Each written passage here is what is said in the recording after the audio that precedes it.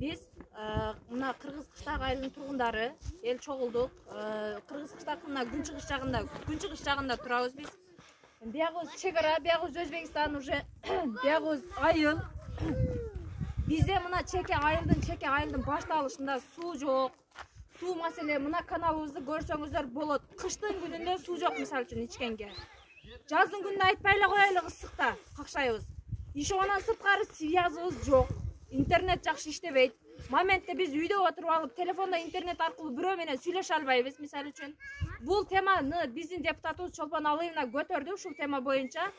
Көтөрүлсө биздин айылыбыздын аркы чекесинде тартат связь жакшы эле, Кудайга шүгүр ал жакта. Связь жакшы чыгат, чыкпайт эмес. Бизде деле көчөгө чыксак анан связь чыгат. Үйүбүздө отуруп алып биз кеңири телефондо бирөө менен сүйлөшө албайбыз. Эшикке чыгып алып туруп мына связь издейбиз биз. Бизге келип туруп текшерүүчүлөр келиңиздер мына жерге бизге. Биз ушул жердебиз.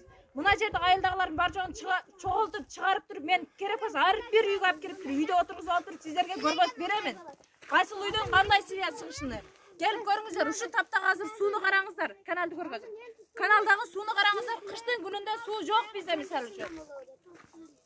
Чегарада жашайбыз. Чегарада жашайбыз. Биягыбыз чегара, биягыбыз Кыргызстан. Келиңиздер, келип биздин айылдан реалдуу кабар алып кетиңиздер. Келип туруп айылдын акырына чейин чыгып айланыңыздар.